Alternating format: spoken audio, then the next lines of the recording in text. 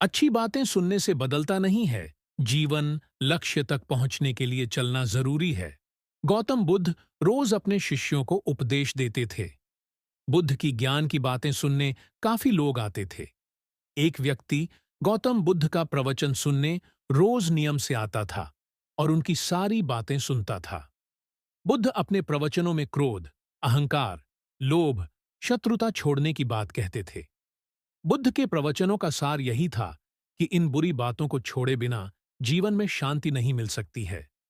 एक दिन उस व्यक्ति ने गौतम बुद्ध से कहा कि तथागत, मैं रोज नियम से आपके प्रवचन सुन रहा हूं, लेकिन मुझे कोई लाभ नहीं मिल रहा है।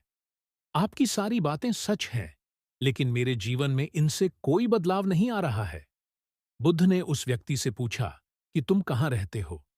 उसने जवाब दिया कि मैं श्रावस्ती में रहता हूं। बुद्ध ने पूछा, ये जगह यहां से कितनी दूर है? उस व्यक्ति ने जगह की दूरी बताई। इसके बाद बुद्ध ने फिर पूछा, तुम वहां कैसे जाते हो? व्यक्ति ने बताया कि कभी घोड़े पर, कभी बैलगाड़ी पर बैठकर जाता हूं।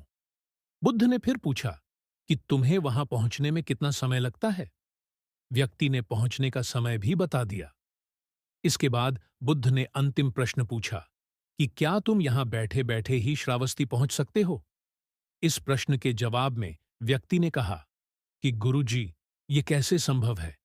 इसके लिए तो चलना पड़ेगा, तभी मैं वहां पहुंच सकता हूं। बुद्ध बोले कि हम चलकर ही हमारे लक्ष्य तक पहुंच सकते हैं।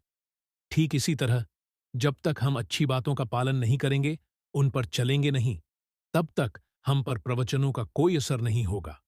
सिर्फ अच्छी बातें सुनने से हमारा जीवन नहीं बदलता है। हमें प्रवचन को समझना होगा और उन्हें अपने जीवन में अपनाना होगा। व्यक्ति को बुद्ध की बातें समझ आ गईं और उस दिन के बाद उसने भी बुद्ध के बताए मार्ग पर चलना शुरू कर दिया। बुद्ध के प्रवचनों से व्यक्ति की सोच बदल गई और उसका मन शांत हो गया। कथा की सीख, इस छोटी सी कथा की सीख यह है कि अगर हम मन शांत करना चाहते हैं, तो हमें क्रोध, लोभ, मोह, अहंकार को तुरंत छोड़ देना चाहिए। इन बुराइयों की वजह से हमारा मन अशांत रहता है, शांति नहीं मिलती है।